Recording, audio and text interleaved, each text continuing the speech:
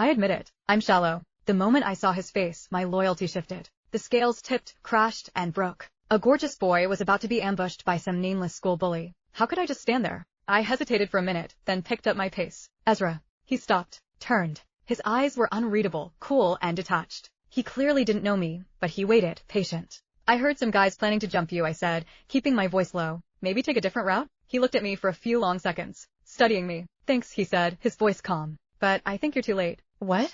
He looked past my shoulder. I followed his gaze. Across the street, in front of an arcade, a group was waiting. Some in uniform, some not. And front and center, wearing the same blazer as us, was the bleached blonde. The hair was blinding. Yellow. Not gold, yellow. He had studs in his ears, silver chains choking his neck and wrists. He looked like he was trying way too hard to be a gangster. My eyes locked on his face. I froze. They say twins have a connection. A psychic link. Whatever it was, I felt it. A cold bucket of water dumped over my head. My world crumbled. 10 years. And my brother had turned into a walking, talking red flag. The bleached blonde Knox sneered. Ezra, you said high school was for studying, not dating. Who's the girl? He laughed, a sharp, mocking sound. Guess the golden boy is just all talk. Silence. Clearly, Knox didn't recognize me. But his sidekick, Bryce, chimed in. Knox, this guy just uses his grades and that face to play girls. This one's cute, sure. But she's got nothing on Shelby. He smirked. So the nerd breaks rules too, huh? Then Bryce squinted at me. Hey, Knox, doesn't she kinda look like you?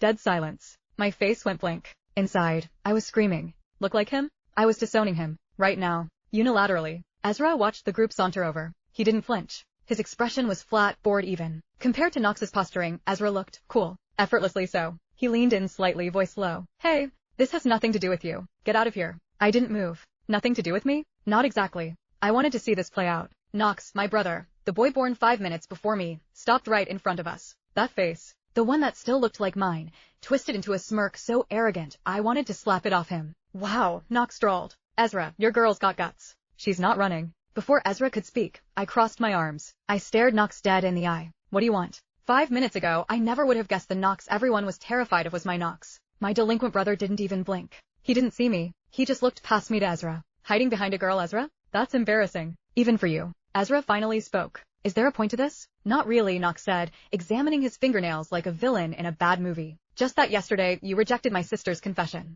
And today I catch you with some other girl. You have a girlfriend and you can't even admit it? What kind of man are you? He stepped closer, invading Ezra's space. Tell you what. Go apologize to Shelby. Tell her you're not good enough for her. Do that, and I'll let you go. I stared at him. My sister? Seriously. How many sisters does this guy have? No. Ezra's voice was crisp. Clear. No posturing, just ice. Knox stepped forward, hands balling into fists. You want to do this the hard way? Ezra didn't flinch. He simply raised a hand and pointed to a sleek black dome mounted on the telephone pole above them. Knox, that camera went up last week. High definition. Unless you want your assault charge broadcasted in 4K, combined with your truancy record and GPA, I'd suggest you back off. One more strike and you're expelled. What? Dye jobs, piercings, fighting, and he cuts class? His grades must be in the gutter. What exactly has Dad been doing for the last 10 years? Mom's voice echoed in my head. Reconnect. Bond. Can I return him? Can I pretend Mom only had one child? Knox glared at the camera lens like it had personally insulted him. His jaw ticked. I've hated you for years, Ezra.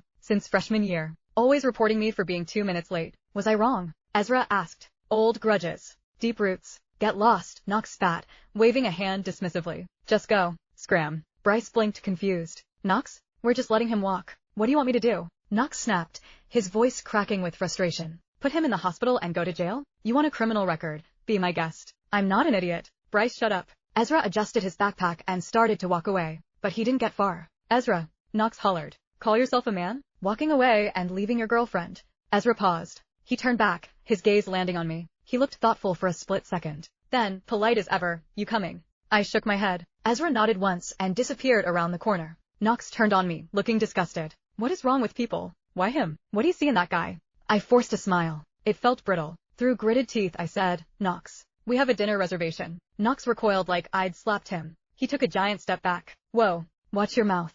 Who are you calling brother? Great. He wants to disown me too. The feeling is mutual. I swallowed the urge to scream. Check your phone. You sent me the location pin. Bryce let out a low whistle. Damn, Knox. She came here for you? She's not Ezra's girl. Shut up, Bryce. Knox snapped. He looked at me, eyes narrowing. You're the one who added me today? What's your name? Read the contact info, I said. My smile was now fully weaponized. Knox actually looked down at his screen. He squinted. Merritt. Who's Merritt? Bryce was still talking, oblivious to the atmosphere shifting. Score, man. She's hot. Honestly, might be hotter than Shelby. Knox looked up. His eyes locked onto mine. I widened my smile. It didn't reach my eyes. He looked back at the phone, muttered the name again. Merritt. Merritt. The gears in his brain finally caught. Shock slammed into his face. His eyes went wide. His hand shot out, clamping physically over Bryce's mouth to shut him up.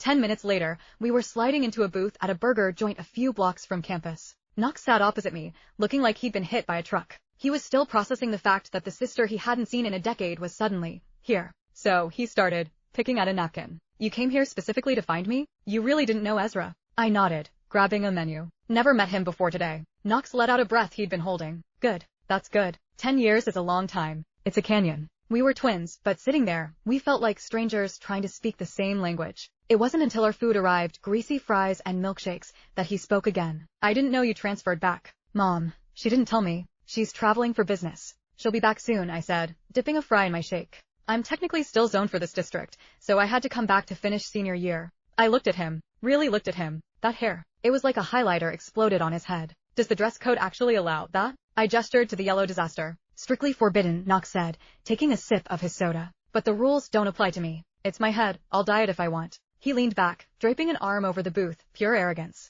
If they want to expel me, let them try. That would actually be interesting. Why can't they expel you? Knox let out a sharp laugh. Conrad. You know, our biological donor? He paid for the new library wing. Most people don't know we're related, but the principal does. Unless I burn the school to the ground, I'm untouchable. You and Dad aren't close? He has his empire. He doesn't need a son, Knox said, his voice hardening. You're lucky Mom took you. Oh, since we were on the topic of our father. By the way, I said, keeping my voice casual. Did Conrad remarry? Do we have any other sisters running around? Knox froze. His expression cracked. Otherwise, I continued, smiling sweetly.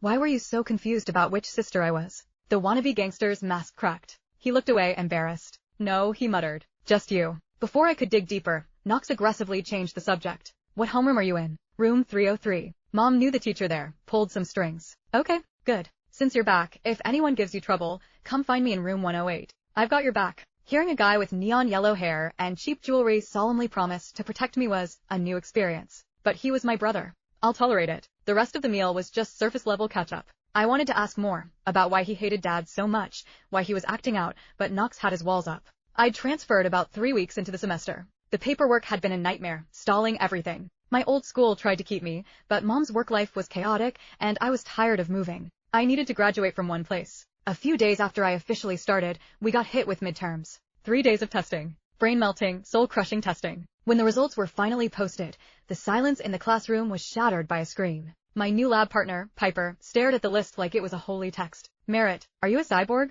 She spun around, her voice hitting a frequency that made dogs bark 3 towns over. You got a 100 in calculus? The entire class stopped. Every head turned. Wait, what? Someone got a perfect score.